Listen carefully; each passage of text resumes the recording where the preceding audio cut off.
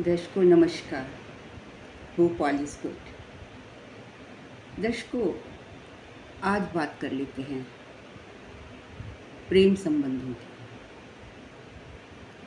Youth के लिए। क्योंकि प्रेम संबंधों को लेकर अक्सर हर इंसान भ्रमित रहता है, क्योंकि दुनिया में प्रेम संबंध से बढ़कर कोई भी संबंध नहीं है। चाहे वो बच्चे से हो, पति से हो, पत्नी से हो, प्रेमी से हो, प्रेमिका से हो, या फिर मेरे प्रभु से हो। तो प्रेम ही है। लेकिन प्रेम में भ्रमित होना, इच्छाओं का रखना और उससे डिटैचमेंट रखना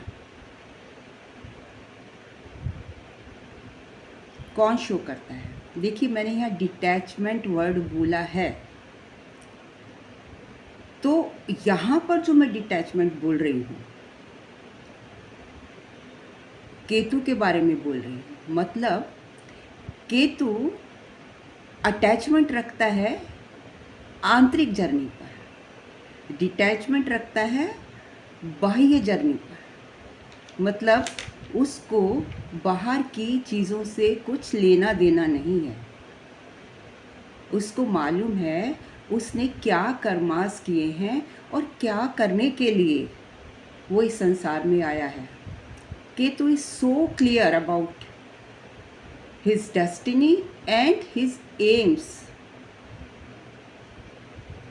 पहली बात तो केतु को कोई पसंद ही नहीं आता, और अगर केतु को कोई पसंद भी आ जाए तो उसकी बातों को समझना बड़ा मुश्किल है, क्योंकि वो हमेशा खुद भी मोक्ष की ओर जाना चाहता है और आपको भी उसी रास्ते पर अपने साथ ले जाना चाहता है। उसके रिवर्स राहु क्या दर्शाता है?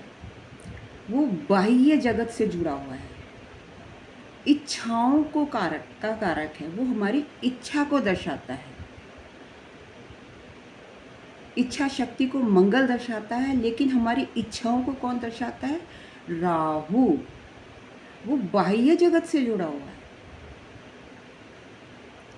देखिए, इंसान के जीवन में दो ही चीज़ें होती हैं, इच्छा, अनिच्छा या मुक्ति। मतलब इच्छा और मुक्ति। इच्छाएं कौन देता है? राहु देता है। मुक्ति कौन देता है? मुक्ति का कारक कौन है? केतु।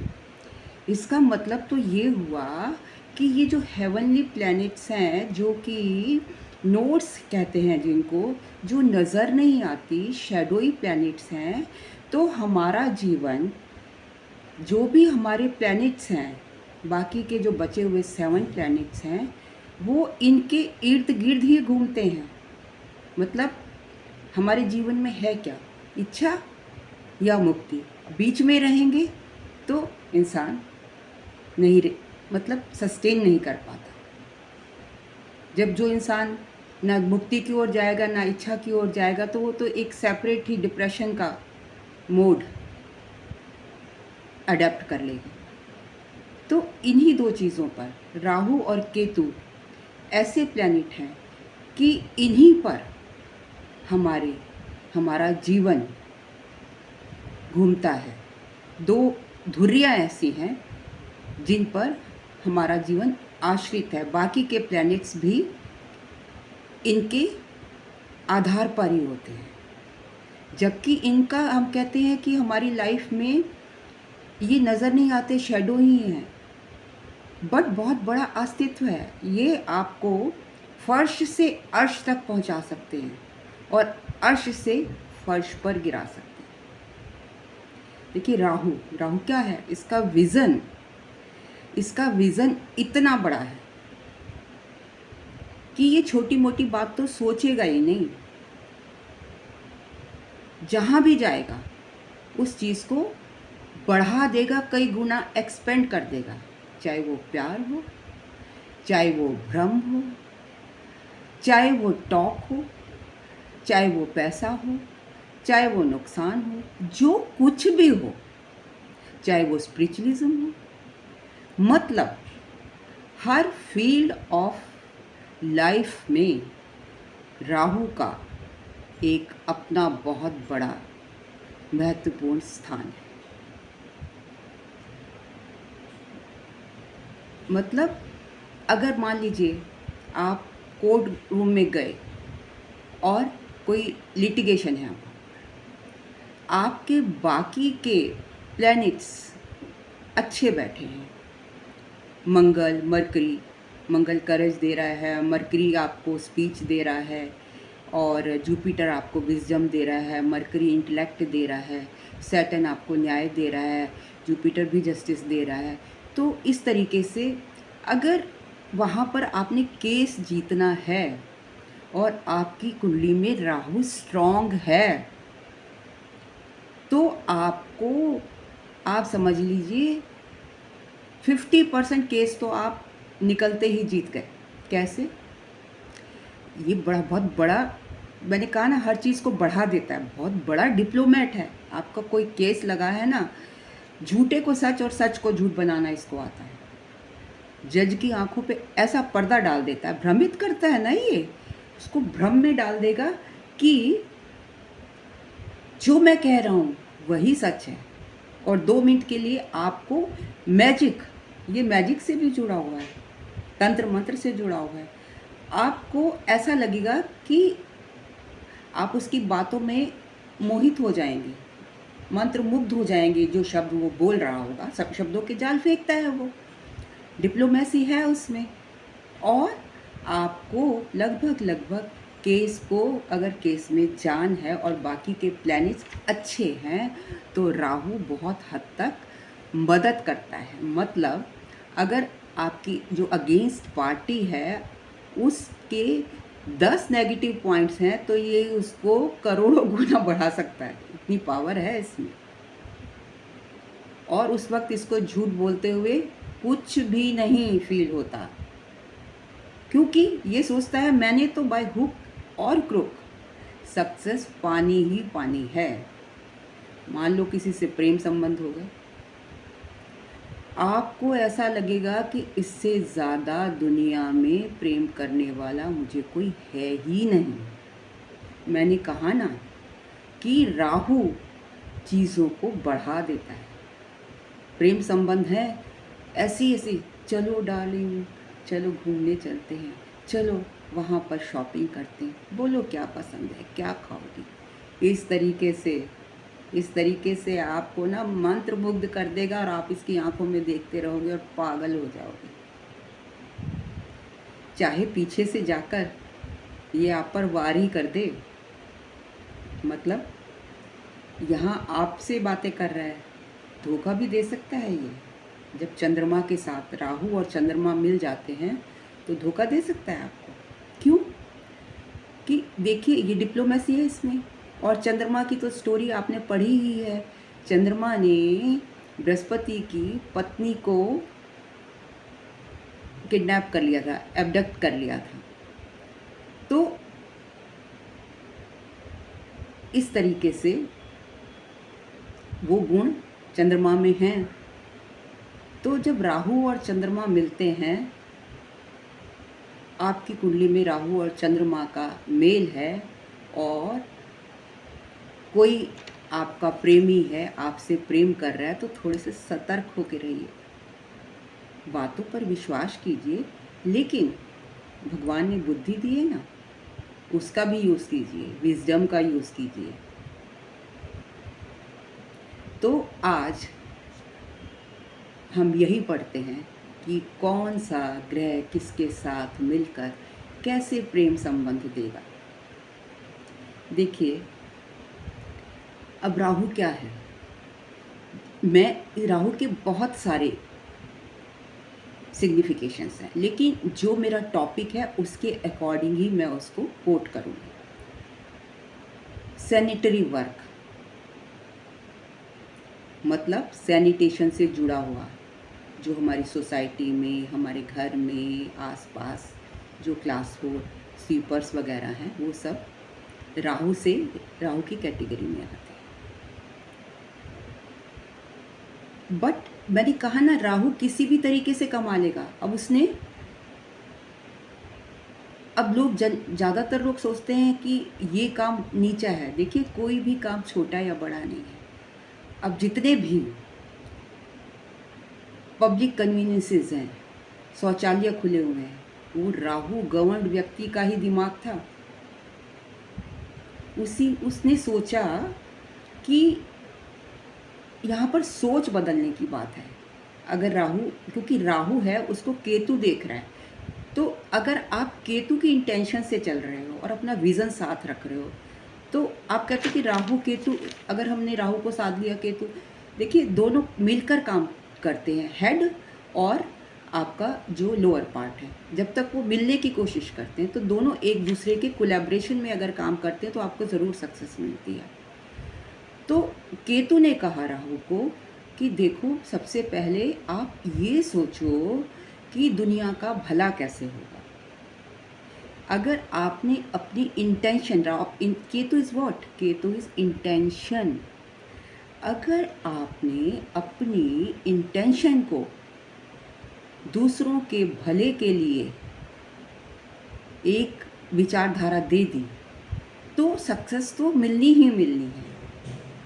तो राहु क्या करता है, केतु ने उसको इंटेंशन दी कि आप, अगर जो लेडीज़ हैं, जो बाहरी लोग मेल्स हैं, ये जाते हैं, इन सबको दिक्कत होती है, जो प्रेग्नेंट लेडीज़ हैं, तो बाहर तो सभी घर से निकलते हैं, तो उनका भला हो जाएगा, ऐसा आप सोचो। तो राहु ने सोचा कि ठीक है, केतु सही कह रहा है, मैं उसके अकॉर्डिंग काम करके देखता हूँ। और जब उसने उसके अकॉर्डिंग काम किया, तो देखिए, अब सब जगह, all over the world, public conveniences आपको जगह जगह मिलेंगी, चाहे वहाँ से 2 रुपये, 1 रुपया या फ्री। देखिए, गवर्नमेंट ने तो फ्री किया हुआ है, लेकिन फिर भी जो वहाँ उसको यूज़ करता है,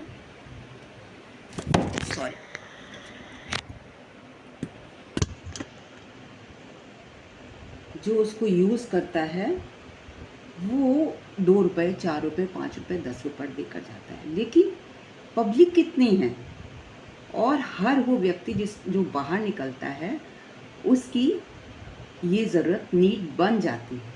तो इस तरीके से राहु अगर केतु को, मतलब ये हो गया अलाइनमेंट। अगर आप अलाइनमेंट करके चले, तो बहुत हद तक अपने एम में सक्सेस पा सकते हो, एम को पा सकते हो। तो प्रेम संबंधों में भी ऐसा ही है, लिटिगेशन में भी ऐसा ही है, ईश्वर प्रेम में भी ऐसा ही है, मैरिड लाइफ में भी ऐसा ही है। मतलब जहाँ भी आप अलाइनमेंट है क्या? अलाइनमेंट एक्चुअली अपने प्लैनेट की भावना को समझना है, और उसके अकॉर्डिंग, प्लैनेट आपके अकॉर्डिंग कभी नहीं चलता। आप दशा को हमेशा ब्लेम देते हैं कि मेरी तो ऐसी दशा चल रही है, 8वें घर की दशा चल रही है, 6ठे घर की दशा चल रही है, तो मेरे को तो बहुत दारुण दुख मिल रहा है। तो देखिए, दारुण दुख कब मिलता है?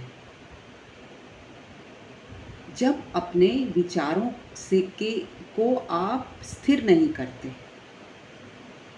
मुझे एक चौपाई याद आ रही है रामायण की। क्या चौपाई है कि जाको दुख देही प्रभुवर, जाको दारुण दुख देही प्रभुवर, ताकि मति पहले हर ले। कुछ इसी तरीके से है। मतलब ईश्वर अपने ऊपर कुछ नहीं लेता, अगर जिसको दुख देना होता है उसकी पहले मति हर लेगा, और जब मति हर लेगा तो आप सोच ही नहीं पाओगे, आप गलत डिसीजन ले लोगे, भ्रम में आ जाओगे। तो कहने का मतलब है, सबसे पहले अपने मन को स्थिर कीजिए, मून को स्थिर कीजिए, विचारों को स्थिर कीजिए, तो आपके डिसीज़न कभी भी गलत नहीं होंगे। आप अलाइनमेंट करके चलिए कि प्लैनेट की क्या डिमांड है। आप दशा को दोष मत दीजिए कि 6th हाउस की दशा आ गई तो बीमारी होगी ही होगी। अरे 6th हाउस की दशा आ गई तो 6th हाउस तो सेवा को भी रिप्रेजेंट करता है। आप सेवा क्यों नहीं करते? आप सेवा से क्यों नहीं जुड़ते? 6th हाउस की डिमांड है, सेवा भी डिमांड है। अब 6th हाउस के टाइम में आप कहेंगे मेरे ऊपर तो कर्जा बढ़ गया। अरे कर्जा बढ़ गया, लेकिन पात्रता देखकर जो भी आप कमाते हैं, चाहे उसमें से 1 रुपए का सिक्का ही दीजिए, उसको डोनेट कीजिए, पर डोनेट पात्रता देखकर कीजिए। मैंने अपने पिछले वीडियो में भी कहा है, अगर कुपात्र को आपने डोनेट कर दिया तो उसके भागी आप भी बन जाएंगे, राइट? तो पात्रता और कुपात्रता देखना बहुत ज़रूरी है। तो यहाँ पर राहु सैनिटरी वर्कर है और उसने जब केतु के साथ मिलकर काम किया तो ऐसा व्यक्ति हाइट्स पे पहुंच जाता है। मैंने कहा था ना कि फर्श से अर्श तक पहुंच जाएगा। और अगर आपने चीटिंग कर ली, चीटिंग करेंगे, क्योंकि जो मतलब राहु कहता है, राहु का ये है कि विज़न बड़ा रखो, छोटी चीज़ों को मत सोचो।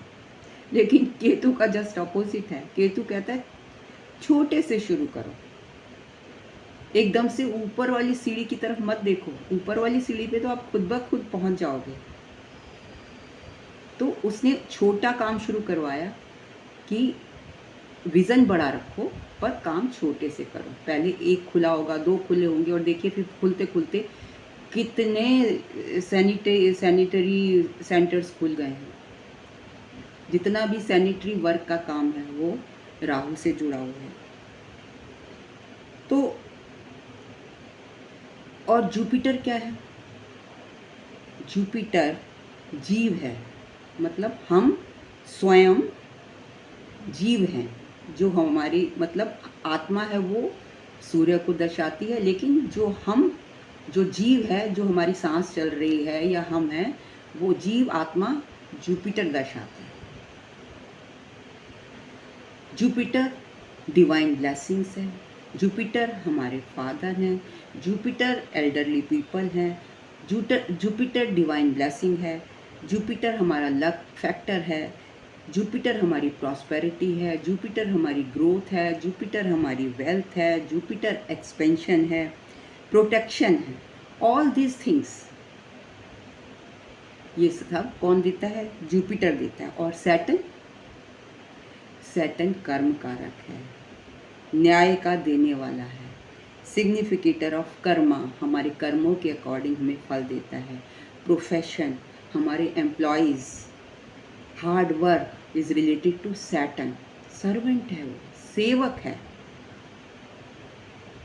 अगर आपके छठे घर में सैटर्न है, बहुत अच्छे रिजल्ट देंगे, लेकिन आप सेवा कीजिए। उसका जो बेस है वो सेवा से एक सेवक के रूप में होना चाहिए। तो आपको, अगर आप सेवक के रूप में काम करेंगे तो आपकी बहुत सी बीमारियां यूं ही कट जाएंगी। अब गवर्नमेंट को कौन सा प्लैनेट दर्शाता है? सूर्य देवता रिप्रेजेंट्स गवर्नमेंट। जितनी भी गवर्नमेंट एजेंसीज हैं या गवर्नमेंट ऑफिसेज हैं या गवर्नमेंट एम्प्लॉयज़ हैं, वो सब किसी से जुड़े हुए हैं? सूर्य से जुड़े हुए हैं। सूर्य पिता का कारक भी है। तो अब देखते हैं कि जब इन प्लैनेट्स का योग होता है, कॉम्बिनेशन होती है, तो किस तरीके के, अब हमने जब सिग्निफिकेशंस जान लिए तो इनके प्लैनेटरी इफ़ेक्ट्स भी देखेंगे, हम खुद ही डिड्यूस करेंगे। ये मैंने सिग्निफिकेशंस इसलिए बताए कि आप भी इसी तरीके से उसको डिड्यूस कीजिए। देखो एस्ट्रोलॉजर क्या है, सब हर एस्ट्रोलॉजर आपको अलग अलग तरीके से समझाएगा, अलग अलग रेमेडीज देगा, अलग अलग प्रिडिक्शन देगा, और प्रिडिक्शन देकर बात ख़त्म हो जाती है। आपने ऐसा एस्ट्रोलॉजर नहीं बनना है, आपने उसका कॉज देखना है, प्लैनेट की डिमांड को देखना है, और सामने वाले को समझाना है कि आपने ये काम क्यों करना है। इसकी अलाइनमेंट इस तरीके से होगी, आप उसको अलाइनमेंट बताइए।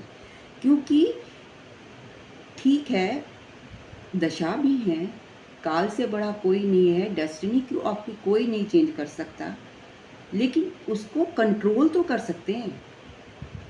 जो ईश्वर ने आपको आपके कर्मों के अकॉर्डिंग दुख या सुख दे दिया, वो तो आपने भोगना ही भोगना है। लेकिन अब ऐसा क्यों कहते हैं कि जब गुरु के सानिध्य में रहते हैं तो आपका जो दुख है, अगर आपको फांसी लगनी है तो एक पैर में कील लग के ही वो ख़त्म हो जाएगा। तो इसी तरीके से अलाइनमेंट है। अलाइनमेंट मीन्स कि आप अपनी विचारधारा को प्लैनेट के अकॉर्डिंग बदल लीजिए। आप ये मत कहिए कि ऐसा करने से ऐसा होगा, आप ये कहिए कि आप ऐसा कीजिए और फिर उसको चेकिंग मोड पर डाल दीजिए कि फिर क्या होता है। मान लीजिए बृहस्पति है छठे घर में, अब बृहस्पति किस चीज़ का कारक है? बृहस्पति कारक है, अगर हम स्वास्थ्य के हिसाब से देखें तो कोलेस्ट्रॉल, वो कोलेस्ट्रॉल बढ़ा भी सकता है और घटा भी सकता है। अब छठे घर में है लीवर, बृहस्पति लीवर संबंधी रोग भी दे सकता है, डायबिटीज़ भी दे सकता है। लेकिन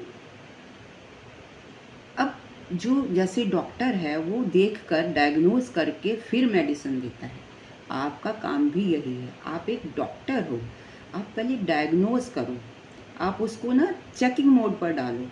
आप ये कह सकते हैं कि आपकी दशा में जब आपकी जुपिटर की दशा अंतर्दशा आएगी, उस वक्त आपको बृहस्पति रिलेटेड बीमारी हो सकती है। इसलिए आप अपने कोलेस्ट्रॉल को कंट्रोल में रखने के लिए ऑयल कम खाएं, नॉन वेज ना खाएं, क्योंकि बृहस्पति तो वैसे भी नॉन वेज को लाइक नहीं करता है, सात्विक प्लैनेट है ना। इस तरीके का आप अपना भोजन सात्विक रखें, ना कि आप सीधा कह दें आप मीट खाना छोड़ दो। वो आपकी सुन के चला जाएगा और फिर भूल जाएगा घर जाते जाते। क्यों? क्योंकि आपने उसको इंस्ट्रक्शंस दिए, आपने ये नहीं बताया क्यों हुआ ऐसे, मैं ऐसा क्यों कह रहा हूँ या क्यों कह रही हूँ। आप उसको बोलो आप ऐसा करके देखो, आपके साथ ऐसा हो सकता है और उसका रीज़न ये है।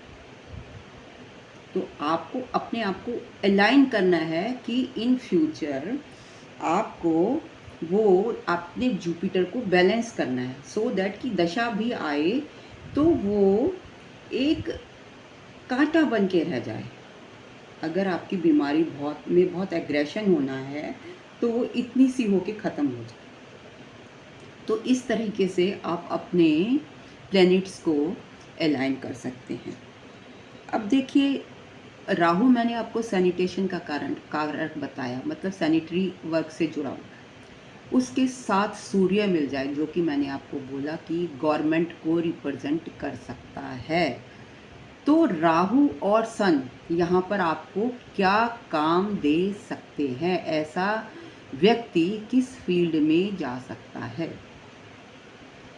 देखिए, सन इज गवर्नमेंट, तो राहु मतलब ऐसा व्यक्ति सैनिटेशन से जुड़े हुए वर्क से जुड़ा हो सकता है और government employ, he can be a government employ related to sanitary work. अब सैनिटरी वर्क ज़रूरी नहीं है कि आप एज ए स्वीपर वहाँ पर काम करो। सूर्य तो अपने आप में राजा है, तो हो सकता है आप ऐसा काम करो सैनिटेशन से जुड़ा हुआ जहाँ पर राजा बन जाओ। मतलब प्लेनेट की आवाज को सुनो, आत्मा को सुनो, वो कहने क्या जा रहा है। अपने आप से डिड्यूस करो कि भाई राहु ये है, सूर्य ये है, अगर मैं ऐसा काम करूँगा तो ऐसा हो सकता है, ये मेरे लिए फ़ायदा हो जाएगा। आगे बात कर लेते हैं। राहु और क्या रिप्रेजेंट करता है? आपके ग्रैंडफादर को रिप्रेजेंट करता है। और राहु और सूर्य साथ में हो तो इसका मतलब ये भी हो सकता है कि आपके ग्रैंडफादर गवर्नमेंट एम्प्लॉय हो, गवर्नमेंट से जुड़ा हुआ काम करते हो। या सन क्या है? सन नेम फेम का सिग्निफिकेटर है, आपको ऊंचाइयों पर ले जाता है, हाई स्टेटस देता है। तो हो सकता है कि आपके ग्रैंडफादर एक नामी व्यक्ति हो। अब थोड़े से प्रेम संबंधों के बारे में बात करते हैं। देखिए, मंगल जो होता है, मंगल किस चीज़ को दर्शाता है? आपके स्पाउस को। Mars is your husband, your spouse. और शनि, शायद आप हैरान हो रहे हैं, शनि भी आपके हस्बैंड को ही दर्शाता है। Mars is your first husband and Saturn is your second husband. अटपटा लग रहा है ना, but it is a fact. Mercury क्या है? बुध क्या है? बुध स्पीच का कारक है, मतलब विटी है, शब्दों के जाल फेंकता है, ह्यूमरस है, ऐसे व्यक्ति का नेचर बहुत ह्यूमरस होता है। बृहस्पति ज्ञान कारक है। तो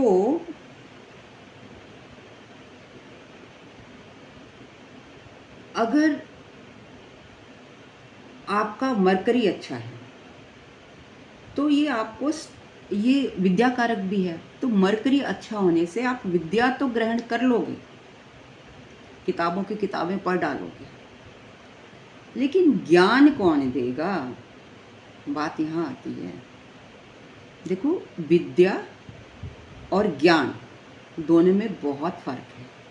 मेरे पास विद्या हो सकती है, लेकिन मेरे पास वो ज्ञान नहीं है कि मैं उसको कैसे यूज़ करूं, स्प्रेड कैसे करूं। अब मैंने जो विद्या पढ़ी,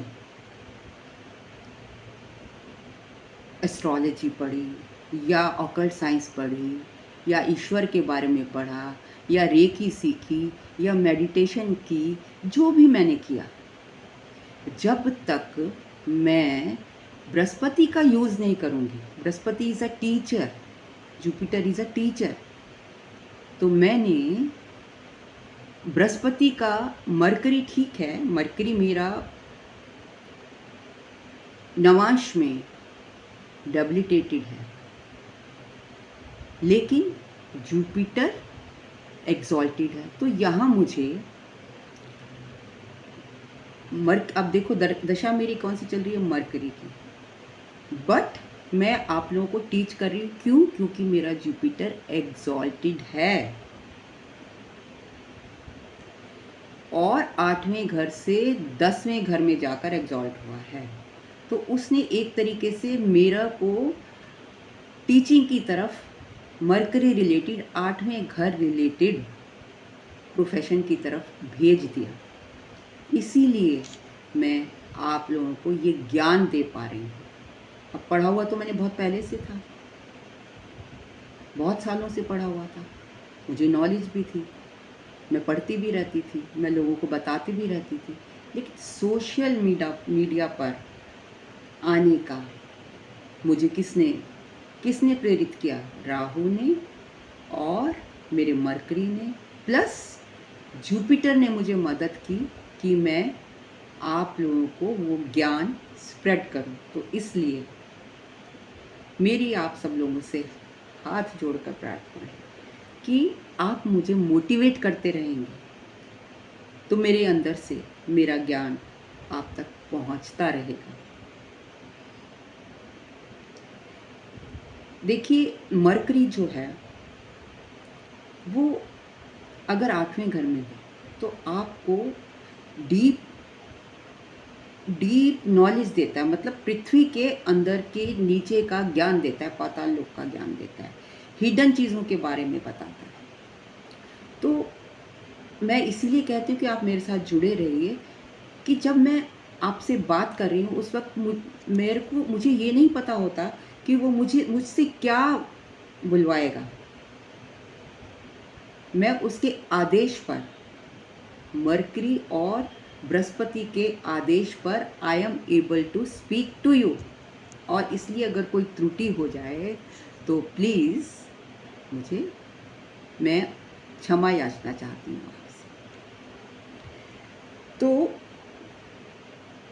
ये तो अभी हमने बात करी बृहस्पति की कि बृहस्पति कैसे आपको मदद करता है। अब मान लीजिए मरकरी क्या है, बुध क्या है। बुध अगर हम रिश्तों के हिसाब से देखें, अब मैं बात कर रही हूँ रिश्तों की, रिश्तों के हिसाब से देखें तो मरकरी हमारा बॉयफ्रेंड, गर्लफ्रेंड या जिससे हम प्रेम करते हैं, हमारे प्रेम संबंधों का सूचक है। चाहे वो प्रेम हमारा ईश्वर से हो, चाहे तुमसे हो, मेरे दर्शकों से हो, या कोई मेरा प्रेमी हो, या कोई आपका प्रेमी हो, मतलब प्रेम संबंधों को मरकरी दर्शाता है।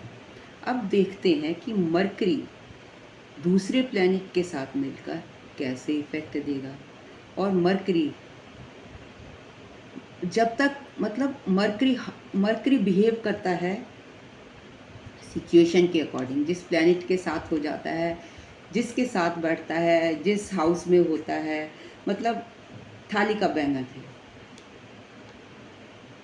तो उस हिसाब से मरकरी बिहेव करता है। अब देखिए, अगर आप एक फीमेल हैं और आपको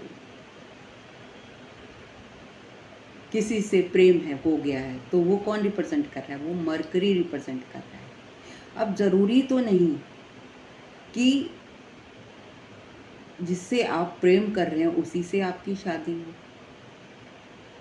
अगर इसके साथ राहु मिल जाए, आपको भ्रमित कर देगा, और हो सकता है वो आपसे, ये भी हो सकता है कि वो आपसे बहुत प्यार करे, लेकिन पर्दा भी तो डाल देता है ना आपकी आंखों पर। आप उसके माया जाल में फंस जाएंगे, माया जाल फैलाता है। चलो डार्लिंग घूमने चले, ये कपड़ा तो तुम पर बहुत अच्छा लग रहा है, ये लिपस्टिक तो बहुत ही फनीखा है, चलो आज तुमको दिला देता हूँ। और शादी के बाद डिप्लोमेट है ना, ही may change or he may not change depending upon the position of Mercury and Rahu and benefic or malefic aspect. तो जब आपकी शादी हो जाती है तो इसका कन्वर्शन कैसे हो जाता है? प्रेम संबंध है, मरकरी रिप्रेजेंट कर रहा है, लेकिन शादी के बाद ये किस में कन्वर्ट हो जाता है? मंगल में कन्वर्ट हो जाता है, क्योंकि मंगल आपका स्पाउस है। और वहाँ पर मरकरी का कन्वर्शन मंगल में हो गया। जो व्यक्ति आपसे प्रेम कर रहा था, आपको सुंदर बता रहा था, आपके साथ जीने मरने के वायदे कर रहा था, वो जाकर शादी के बाद में चेंज हो सकता है। तब आपको हो सकता है आपको बोले, उफ कैसे कपड़े पहने हैं, जरा ढंग से ड्रेसअप हुआ करो ना। राहु है ना साथ में, उसको सब चीज़ अच्छी चाहिए, क्लास चाहिए, बट वो ब्रांड नहीं होंगे जो कॉमन ब्रांड सब लोग पहन रहे होंगे, उसको ऐसा ब्रांड चाहिए, पैरेलल ब्रांड वो पसंद करेगा। तो मतलब शादी के बाद मीनिंग चेंज हो जाता है, मंगल, जब मरकरी मंगल के साथ चला जाएगा तो उसके मीनिंग चेंज हो जाएगा। अच्छा भी हो सकता है, आपका मरकरी कन्वर्शन हो गई ना, अब शादी के संबंध तो कुछ और होते हैं, मतलब पहले था प्रेम संबंध और अब हो गया, मतलब अलग ही आपको रूप देखने को मिलेगा मरकरी का। क्योंकि पहले जो मरकरी कहता था कि आपको शॉपिंग कराता हूँ, अब मतलब ये फीमेल की बात कर रही हूँ, अब वो आप उससे अगर कहोगे कि चलो चलते हैं शॉपिंग करते, तो कहेगी अरे अभी तो पिछले हफ्ते गए थे, कहाँ से लाऊं मैं तुम्हारे लिए, मेरे पास कोई पैसा नहीं है, will go some next time. मतलब उसका नेचर इतना चेंज हो सकता है। ये कन्वर्शन ऑफ मरकरी है, जब प्रेम पहले का और बाद का, बिफोर एंड आफ्टर का, जब उसकी शादी हो जाती है तो ऐसा हो सकता है। मंगल के साथ आ गया, अब वो चेंज हो गया। मतलब मंगल थोड़ा सा एग्रेसिव होता है ना, तो उसके अकॉर्डिंग ही उसकी भाषा भी चेंज हो सकती है। तो इस कन्वर्शन को समझना बहुत ही हमारे लिए प्रेम संबंधों में ज़रूरी है। अब ज़रूरी नहीं है कि वो रिश्ता ख़राब भी हो जाएगा, वो रिश्ता अच्छा भी हो सकता है। कई बार वो रिश्ता सुधर भी जाता है। जो मतलब कन्फ्यूज़न शादी से पहले चल रहे थे, वो कन्फ्यूज़न शादी के बाद ठीक हो सकते हैं। इसी तरीके से मरकरी और क्या दर्शाता है, सोशल सर्कल, आपके फ्रेंड्स को भी दर्शाता है। तो ये भी हो सकता है कि मरकरी आपके रिलेशन किसी फ्रेंड से बहुत अच्छे थे, लेकिन कुछ टाइम के बाद दशा बदल गई और मरकरी के साथ कोई एग्रेसिव प्लैनेट आ गया, और उस वक़्त में आपके रिलेशन मान लीजिए मंगल के साथ आ गया, राहु के साथ आ गया, तो उस टाइम राहु के साथ आएगा, आपको भ्रमित कर सकता है, सोशल सर्कल में भी और आपके फ्रेंड सर्कल में। मतलब जो आपको ये ऐसे कन्वर्शन होता है, मतलब डिपेंड करता है मरकरी किसके साथ गया और क्या समय है, समय पे भी दशा अंतरदशा जैसे ही बदलती हैं। तो ऐसा हम अक्सर कहते हैं कि क्या हुआ, पहले तो ये व्यक्ति बहुत अच्छा था, मुझे बहुत प्यार करता था, अब अचानक क्या हुआ कि ये मुझसे बात भी नहीं करता, बिछड़ गया। वो प्लैनेटरी होता है, मरकरी की कन्वर्जन है विद अकॉर्डिंग टू दशा अंतरदशा और प्लैनेटरी पोजीशन। मतलब दो तरीके के रिलेशन हो गए, एक तो पहले का और बाद का। पहले मरकरी किस तरीके से बिहेव कर रहा था, और शादी के बाद मतलब जब प्रेम में था तो किस तरीके से बिहेव कर रहा था, और जब शादी हो गई तो सेम फॉर मेल्स भी है कि मेल्स पहले किस तरीके से बिहेव करते हैं और फीमेल्स भी मेल्स के साथ किस तरीके से बिहेव करती हैं। लेकिन शादी होने के बाद मरकरी का conversion according to planetary position हो जाता है, किस तरीके के व्यक्ति से वो शादी कर रही है या कर रहा है। मतलब मार्स के साथ मिलने से, मार्स या सैटर्न के साथ मिलने से मरकरी का अकॉर्डिंगली कन्वर्जन हो जाता है रिश्तों में। पहले कैसे रिश्ते और बाद में क्यों बदल जाते हैं, उसका रीज़न कन्वर्शन ही है। अब देखिए, क्योंकि मरकरी प्रेम का कारक है, तो इसको हम कैसे पढ़ेंगे। हमें बेसिकली कुछ और नहीं देखना है कुंडली में, हमें अगर हम प्रेम संबंध देख रहे हैं तो हम मरकरी को देखेंगे। मरकरी की पोजीशन क्या है उसको मैं आपको एक हॉरोस्कोप के द्वारा समझाती हूँ। मैं अभी आपको पहले हॉरोस्कोप डिक्टेट करूँगी, उसके बाद आपको 2 मिनट के लिए हॉरोस्कोप दिखाऊंगी, क्योंकि मैंने हॉरोस्कोप से ही देखकर आपको समझाना है। तो मेरी आपसे रिक्वेस्ट है कि मैं जो बोल रही हूँ उसको आप उसको ड्रॉ कर सकते हैं या अपने माइंड में रख सकते हैं। देखिए, ये एक मेष लग्न की कुंडली है जिसमें केतु लग्न में बैठा है। मेष लग्न की कुंडली में केतु लग्न में बैठा है, और मैंने क्या कहा है कि प्रेम संबंधों को देखने के लिए हम सिर्फ मरकरी को देखेंगे सबसे पहले। मतलब इन कनेक्शन विद मरकरी हम बाकी मैं बताऊंगी कौन कौन से घरों को देखना है, उन घरों को इन रिलेशन टू मरकरी देखेंगे। Ketu is in first house, बाकी सारे घर खाली हैं। 7th हाउस में सन, मरकरी और राहु है। 8वें घर में जुपिटर, मार्स और वीनस है। 11वें घर में सैटर्न और मून। Very simple.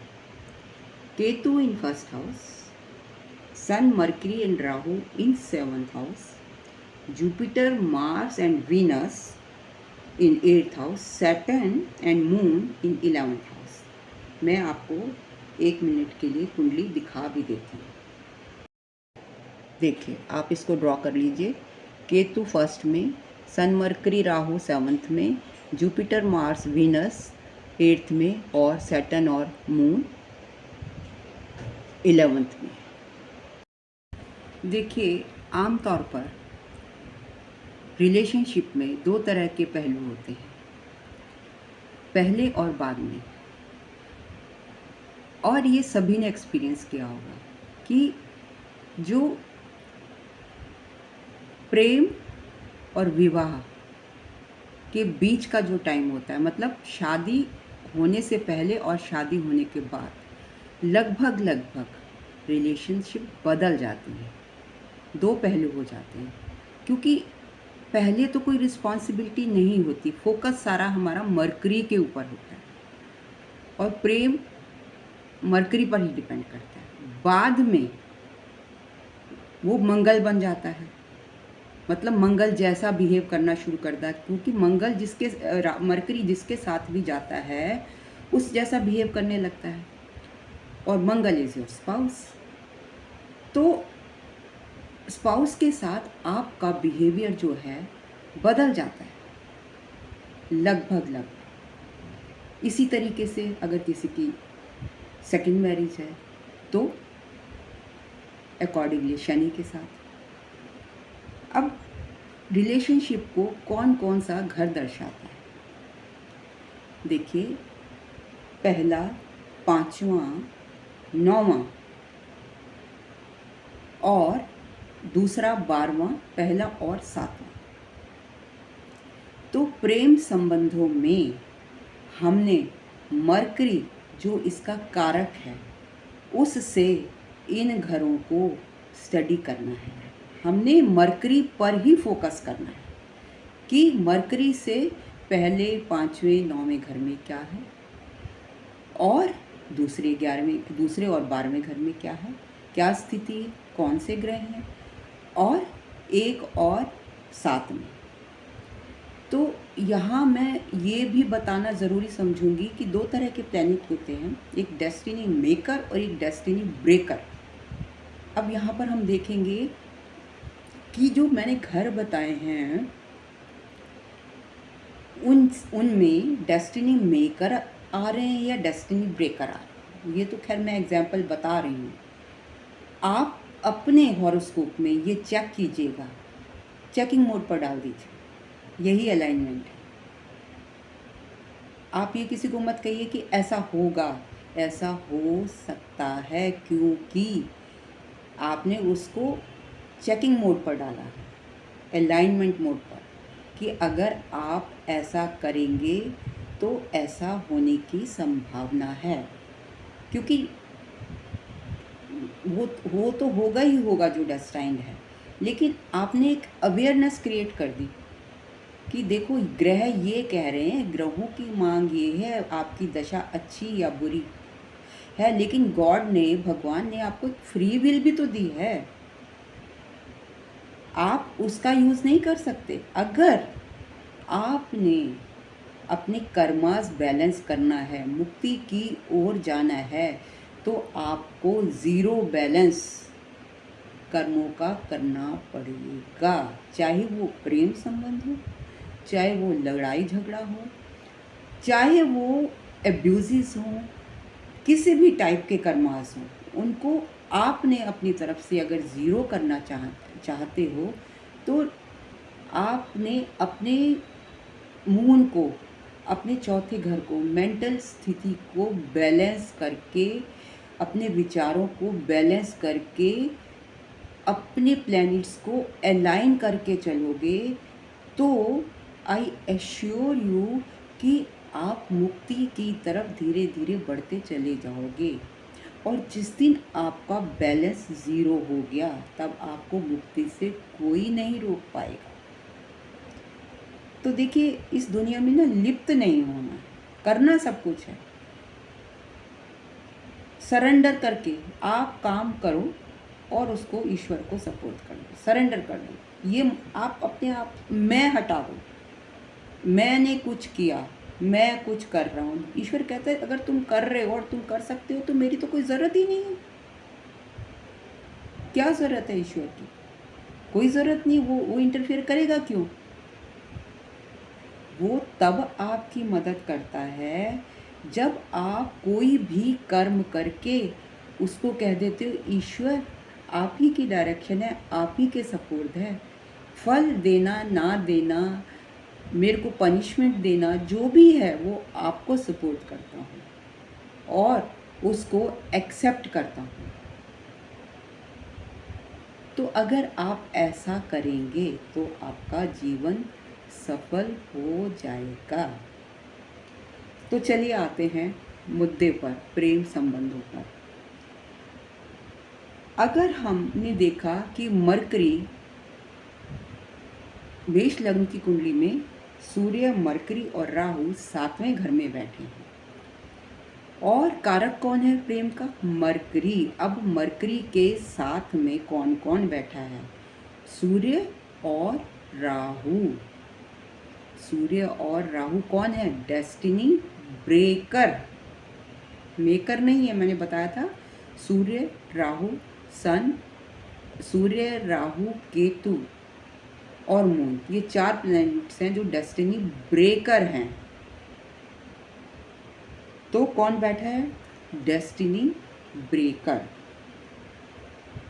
पहले घर में डेस्टिनी ब्रेकर। अब इससे 5वें घर को हम देखते हैं तो वो हमारी त्रिकोण में इसके कौन बैठा है? कुंभ राशि आती है, वहाँ पर शनि और चंद्रमा बैठे हैं। Again destiny breaker, sorry Shani is not destiny breaker, चंद्रमा इज डेस्टिनी ब्रेकर। तो सूर्य, मरकरी के रिलेशन में कौन कौन आ गए? सूर्य भी हो गया, राहु भी हो गया, शनि भी हो गया। शनि, सॉरी बार बार शनि बोली, शनि है लेकिन that is not destiny breaker. और मून है कुंभ राशि में 11वें घर में, जो कि कारक ग्रह से 5वां घर है। अब हम देखेंगे 9वां, इससे 9वां है तीसरा घर, जहाँ पर कोई प्लैनेट नहीं बैठा है। अब बात कर लेते हैं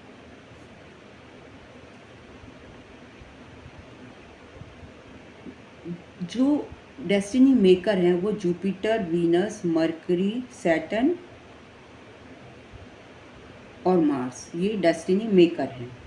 ये कभी भी किसी का कुछ नहीं बिगाड़ते हैं ये, लेकिन ये आपको बिगाड़ने से बचाते हैं, लेकिन इनको संगत का असर पड़ता है। जैसी संगत के साथ ही होंगे तो तब ये बिगड़ जाते हैं।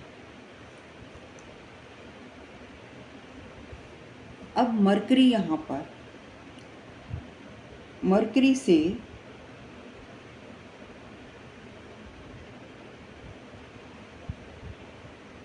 फिफ्थ में, सॉरी, मरकरी के साथ राहु और सन है, मून है, तो इसका मतलब राहु आपके प्यार में भ्रम दे सकता है, क्योंकि वो मरकरी प्रेम के साथ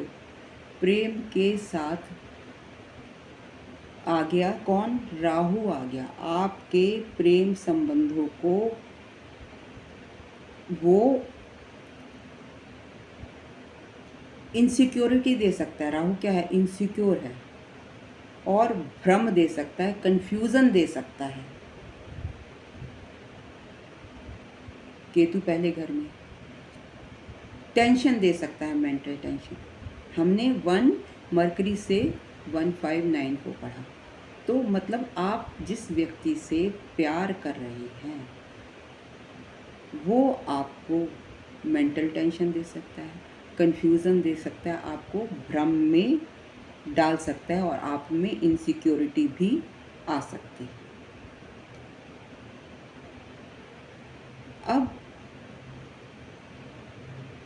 अब हम देखते हैं कि मरकरी बॉयफ्रेंड और गर्लफ्रेंड कौन है? मरकरी दर्शाता है।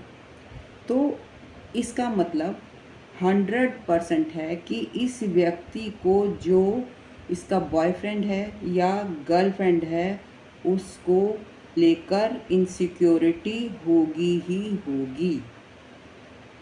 वो उसका मन हर वक्त विचलित रहेगा कि कहीं ऐसा तो नहीं हो जाएगा, कहीं ये कहीं और तो नहीं चला जाएगा, कहीं ऐसा तो नहीं कि मुझसे शादी नहीं करेगा, कहीं ऐसा तो नहीं मुझे धोखा दे देगा।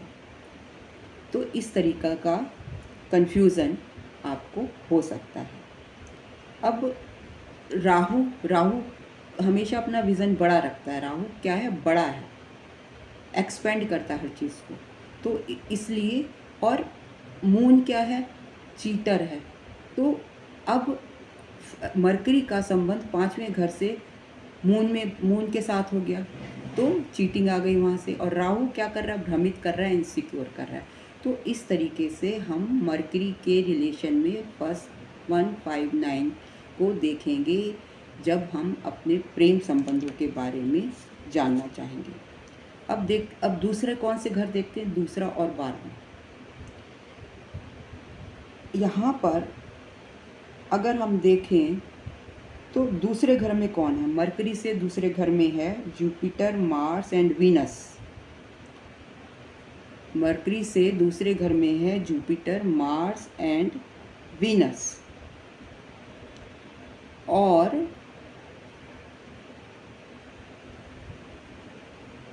यहाँ पर 8वें घर में Mars is negative, Jupiter Venus positive. मतलब 8वें घर में जुपिटर वीनस पॉजिटिव है और मार्स जो है वो नेगेटिव है। 8वें घर का लॉर्ड होकर 8th में ही बैठा है, दो इट इज़ लगन लॉर्ड, पर यहाँ पर ये स्पाउस को दर्शा रहा है। तो ज़रूरी नहीं है, ये भी हो सकता है कि मतलब कुछ प्रेम संबंध में कुछ गड़बड़ी आ जाए, लेकिन बाद में वो अच्छे भी हो जाए। तो 159 में जो प्लैनेट कनेक्ट होते हैं वो सोल लेवल पे कनेक्ट होते हैं। क्यों? क्योंकि 159 तीनों का एक ही तत्व हो जाता है। कौन सा तत्व हो जाता है?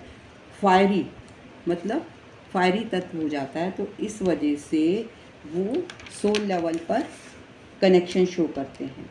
और 2 और 12 में जो प्लैनेट होते हैं, मतलब किसी कारक से 2 और 12 में जो प्लैनेट होते हैं, अब वो जान लेते हैं कि उनकी इम्पोर्टेंस क्या होती है एक एग्जाम्पल के साथ।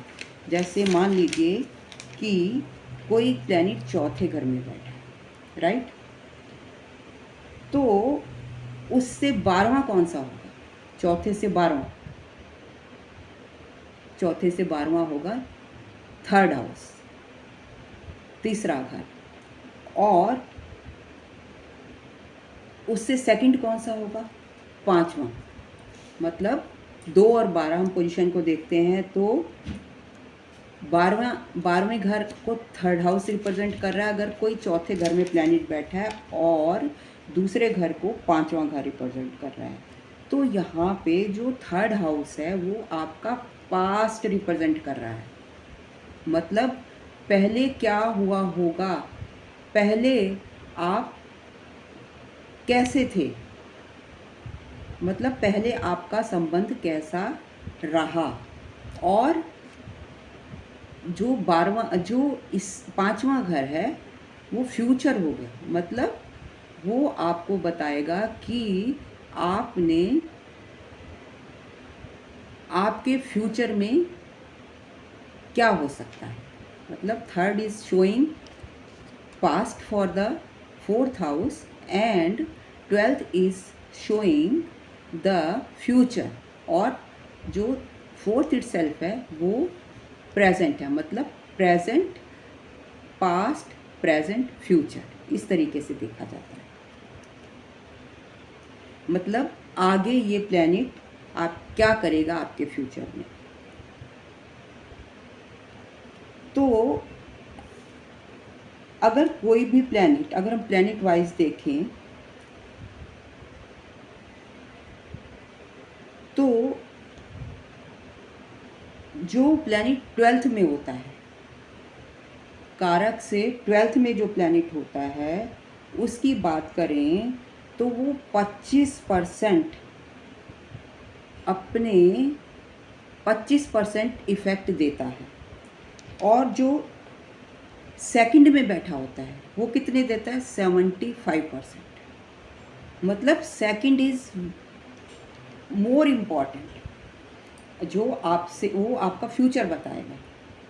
सेकंड में बैठ जो मतलब 4th से जो सेकंड है वो 5वां हो गया, और जो 12th है वो, जो थर्ड है वो 12th हो गया। तो जो जो थर्ड है वो 20 से 25% इफेक्ट देगा, और जो प्लैनेट उससे सेकंड में बैठा है वो आपको 75% इफेक्ट देगा।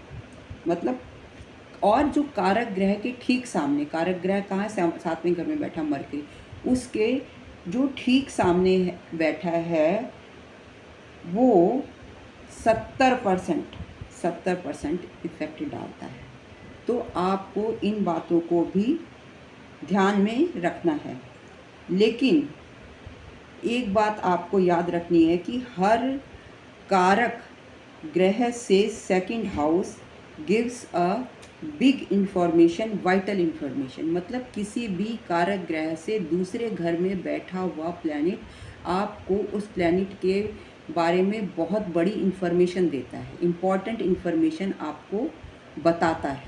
तो इसीलिए second house is very important from the कारक। सेकंड हाउस और क्या है, सेकंड हाउस आवर सस्टेनेंस, मतलब हम पैदा तो हो गए पहला घर, लेकिन हम सस्टेन कैसे करेंगे, ज़िंदा रहने के लिए हमें खाना, भोजन, धन दौलत, पैसा वो मिलेगा या नहीं मिलेगा, एक्यूमुलेट करेंगे या लॉस होगा, ये सब हमारा सेकंड हाउस बताएगा। मतलब सस्टेनेंस हमको कहाँ से देखने को मिलती है, सेकंड हाउस से। सो सेकंड हाउस मतलब हमारे रिसोर्सेज कहाँ आएंगे, कहाँ से मिलेंगे हमें ज़िंदा रहने के, वो हमें हमारा सेकंड हाउस बताता है। तो अब ये बताइए कि हमने 159 को स्टडी कर लिया, और 211 को कर लिया, 212 को कर लिया, और 17 को कर लिया। ठीक है, अब ये बताइए कि इस व्यक्ति की जो लव लाइफ अच्छी रहेगी, लव लाइफ मतलब शादी से पहले जो प्रेम की लाइफ थी वो अच्छी रहेगी, या शादी होने के बाद, बताइए। इसकी शादी होते ही इसकी ज़िंदगी बदल जाएगी। हो सकता है इनिशियली कुछ प्रॉब्लम आए, लेकिन इसकी लाइफ टोटली बदल जाएगी। अगर लड़की की कुंडली है तो आप ये कह सकते हो कि जब ये आपके घर में लड़की शादी करके आई होगी, क्योंकि 8वें घर में मार्स के साथ जुपिटर और वीनस बैठा है और 8वां घर इन लॉज का होता है। तो जुपिटर प्रॉस्पेरिटी लेकर आया, धन दौलत लेकर आया, लक लेकर आया, और वीनस पैसा लेकर आया, प्रमोशन लेकर आया जुपिटर, सब कुछ मतलब। और मार्स के साथ में, मार्स इज़ योर स्पाउस। तो मतलब इन लॉज को आप डायरेक्टली कह सकते हो कि आपका स्टेटस इसकी शादी के बाद बिल्कुल चेंज हो गया होगा। इसके आने से जैसे कहते हैं कि लक्ष्मी के कदम पड़ गए, ये लक्ष्मी आपके घर में आई है। और पहले क्योंकि वो राहु के साथ था, सन था, मरकरी थी, तो मरकरी प्रेम की कारक के साथ में, तो उतनी लव लाइफ में डिस्प्यूट हो सकते थे, भ्रम हो सकता था। लेकिन आफ्टर मैरिज हम यहाँ पर देख रहे हैं कि इस लड़की की लाइफ बेटर हो जाएगी। तो इस तरीके से आप अपनी कुंडली में भी 159, 212 और 17 को देखकर प्रेम संबंधों को इन रेफरेंस टू मरकरी कारक ग्रह को देखते हुए अपनी शादी, अपनी लव लाइफ और आफ्टर मैरिज की लाइफ को जान सकते हैं। Hope you like my video. In case you like my video, kindly like, comment, share and subscribe. And in case of consultation, kindly contact me at snehkapoor1812@gmail.com. Thank you very much for listening me so patiently. And thanks for your support.